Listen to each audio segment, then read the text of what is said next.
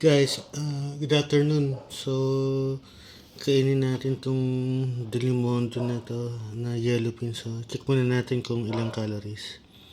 So, label read natin. Delimonto yellow pin tuna chunks in extra virgin oil. Ilang bang calories to? Check. Actually, masarap to eh. Hindi siya malansa. So, mas masarap siya kaysa Century Tuna. So, tastes like home. Pero medyo mas mahal ng konti. So, Delimundo Yellowfin Tuna Chunks in extra virgin olive oil.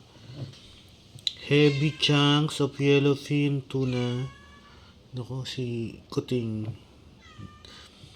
Packed in extra virgin olive oil. Ano ibig sabihin ng extra virgin? Pag virgin, di ba? Ba't may extra virgin? Diba? Anyway, i-google natin yan. Ha? So, para masagot yung tanong, labo kasi kaya kailangan natin i-zoom eh. Zoom, then focus. Yun. 120 kilocalories or 120 calories ang isang serving. So, one can of 185 grams is ano ulit? Ilang calories ulit? Is nasa na yung calories mo? Ito mabasa. Wait lang po. Ano basa niya dyan? 50. Ayan. Serving size 50 grams. So, okay. So, ang servings per container niya is 3.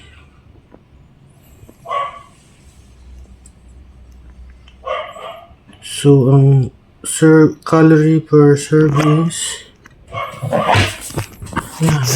gulo eh. Hindi natin mabasa ng maayos.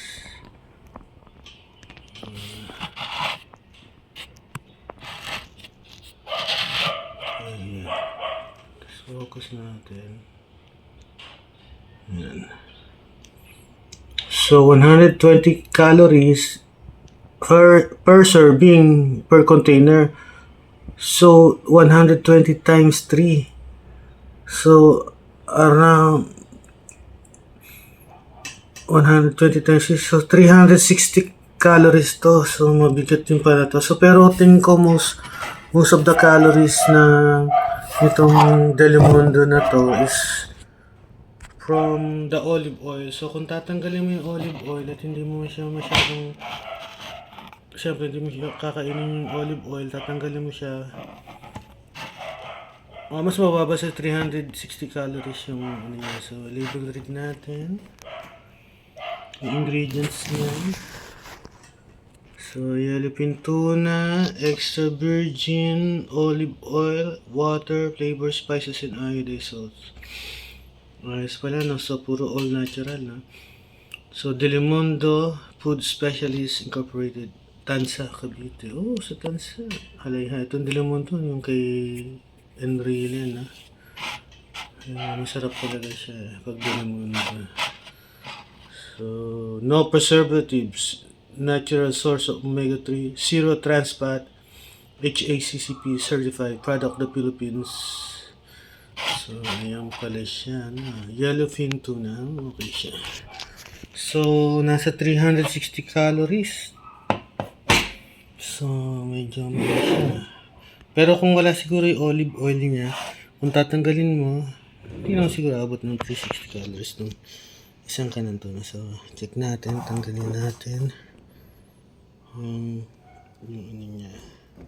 So, naka-easy open can siya. So, ayan.